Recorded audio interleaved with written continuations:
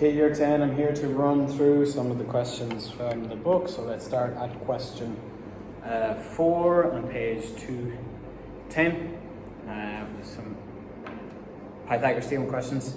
Okay, so from A to B is the distance. Okay, so they give you a grid like this. You're looking to get the distance from A to B.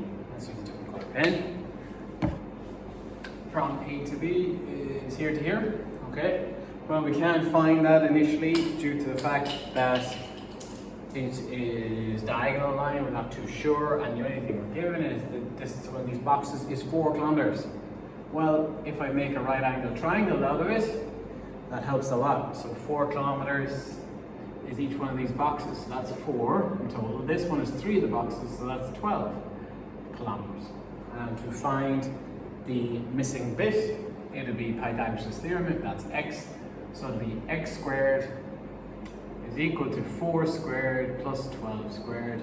And if we do some manipulation of that, 16 plus 144 is, I think it's the square root of 160, and then x will be the square root of 160, which you can do on your calculator.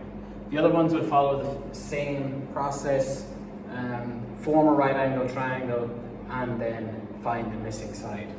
From B to C, you would join, so there's our diagonal from B to C, and then you would have a right angle triangle here like that. Use these two sides to find that. Okay, so moving on to question 5.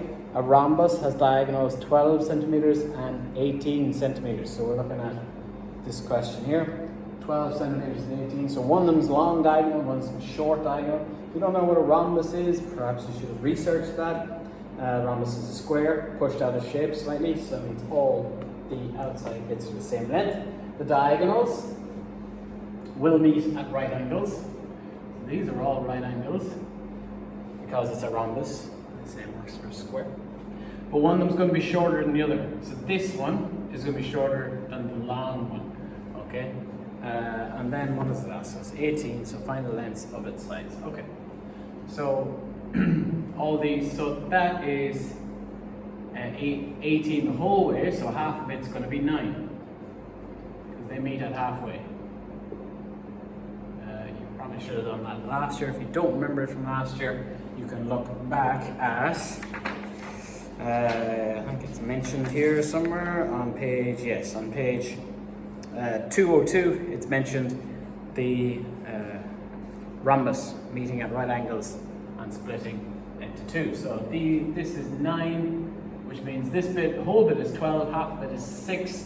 Why am I using half of it? Because I can see that it forms a right angle triangle here.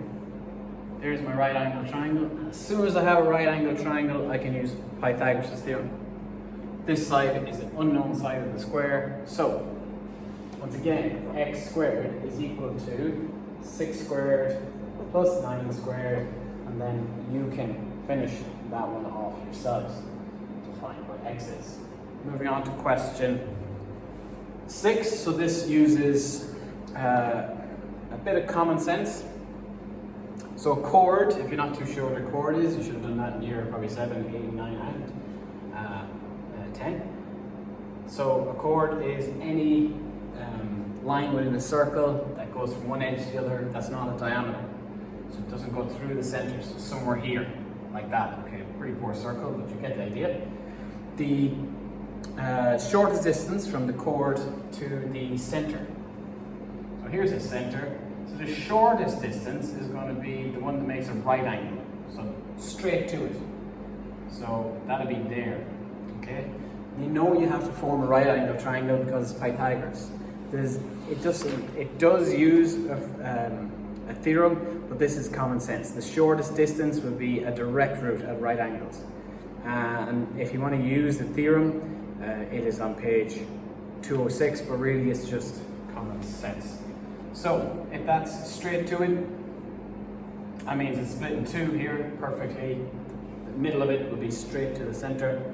And what are we looking for? What is the chord? So this is 5. So we're then looking for the radius of the circle. So we have, they tell us this shortest distance is 5.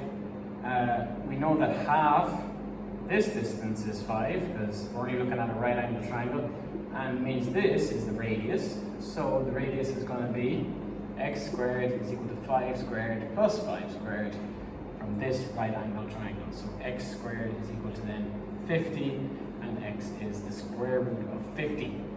Okay? So remember, if you're not too sure on that one, maybe you should put the theorem in your notes. The theorem, just the diagram from the theorem is on page 206, and you can have a little look at that. If you still don't follow it, I'll go through it again with you on Google Hangout. Question 7. Okay, so this is quite a difficult one to get your head around. A window will be a regular octagon. So regular means all the sides are the same length. They have to be the same if it's regular.